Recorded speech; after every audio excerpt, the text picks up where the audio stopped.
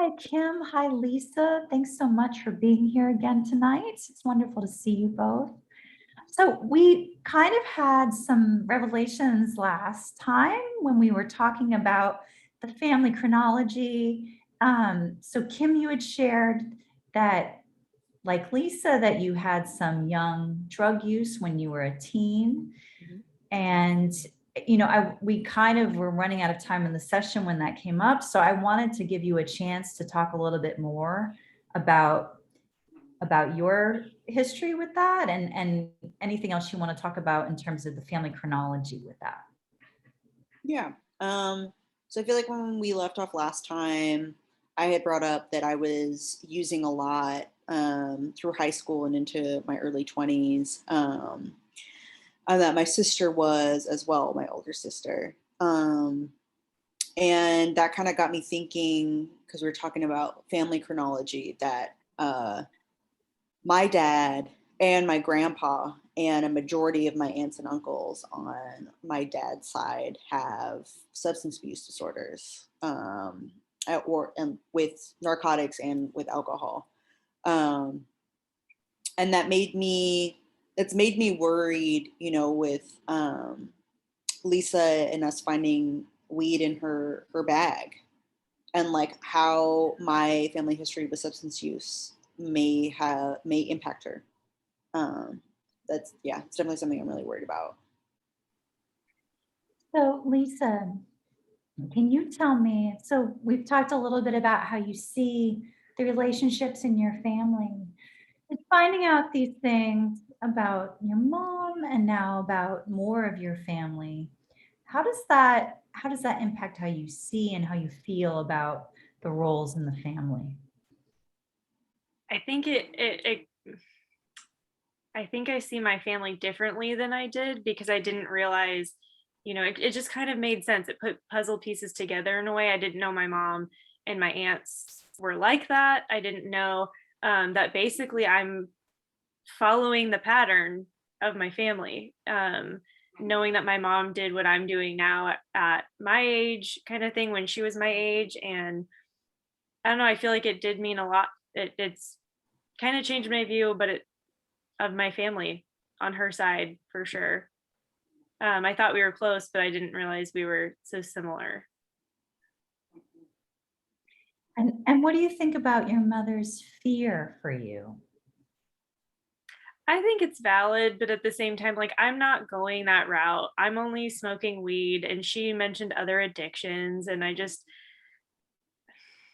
think it's a little like it's a lot of assumptions about me. And Her word.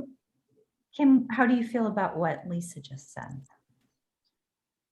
I think it's tough because obviously there's people in our family that don't have substance use disorders, but and I want to, believe that, Lisa would be able to, smoke weed and drink, kind of how I feel a lot of teenagers do.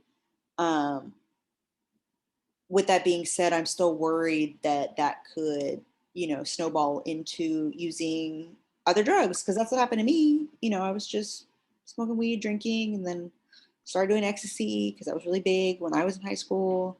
And then, oh, I'm doing cocaine and I'm doing all of it all the time. And then I'm drinking every day. And then it just progressively got worse and worse. And obviously I don't want to co-sign her smoking weed as a child because I can't condone that as a parent. But then I also want to be realistic about her experimentation, and that's just a reality. Um, and how do I hold both of those? And do you think Mark sees it that same way? That it might be a period of experimentation and that's like a normal thing? I got the impression he there was like some conflict over this. Mark did not have an upbringing like mine. Mark didn't use drugs at all. Like, I think he drank a little bit in college, but nothing like I had experienced. So him, having our 14-year-old daughter have weed in her backpack, horrifying experience for him. So I think we are both perceiving the situation very differently. And he is, it is serious, not to say that it's not. For him, this is an extremely significant and serious issue. So yeah, we're having conflict based on the severity of our perception of what's happening. So Lisa, how did your dad's attitude make you feel?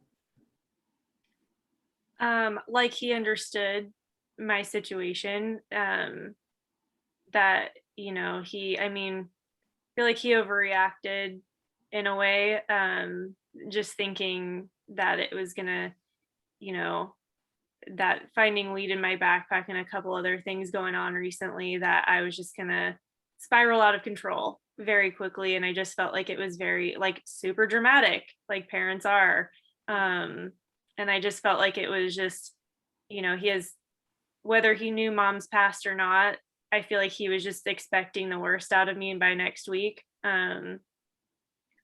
Yeah, I just feel like they just don't really like, they just assume that I'm just going to be like, you know, my peers, or how their experience was. Okay. So do you understand though, with the, you know, has this learning about your mom's past and her whole family's history, does that change how you see your dad's response to it at all? Yeah, I can see why he might, if he has no experience in it, and his family never had this in his, you know, he can only make assumptions, he can only worry, without, I guess, the experience himself. Um, he only knows what he's heard, not, he's never, you know, from my mom and her family. So, um, yeah. I picked up on though that you felt, and you can correct me if I'm wrong, did you feel hurt that he was worrying and assuming Yeah. that? Okay. I'm Yeah. wondering, you know, he's not here right now, but I'm wondering if maybe we could practice, because I know you've been having a hard time communicating with him. I'm wondering if maybe we could practice some I statements that you could try with that. So instead of kind of reacting or becoming angry with something that he says like that, you can say something like, I feel hurt. Like getting to the real, a lot of times we react with anger when really we're feeling something else.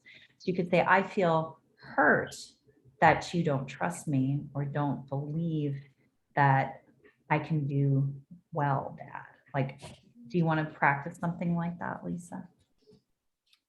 Yeah. I don't know. Do you want to do like a situation, or just Sure, we could do a, what do you think, Kim? How do you think Mark would respond to that? I think, you know, since we've been coming to therapy, I think that he's been responding to us directly speaking about how we're feeling. Because I feel like so much of it has just sort of been like blowing up and everybody kind of getting angry. But I think, you know, if Lisa was going to come to Mark, you know, her dad, and say, I'm feeling hurt right now, I think that he would have a lot, his perception of it would be good. Okay, so, you know, we're kind of out of time. Why not next time we'll try a couple role plays where, Kim, you can act as Mark, and we can try some of those I statements, and we can do that. I really appreciate the open communication that I saw tonight. I feel like we've made a lot of progress in the openness that I'm seeing. Do you guys feel that as well? Yeah, definitely. Wonderful. Okay, so I'll see you next time. thank you.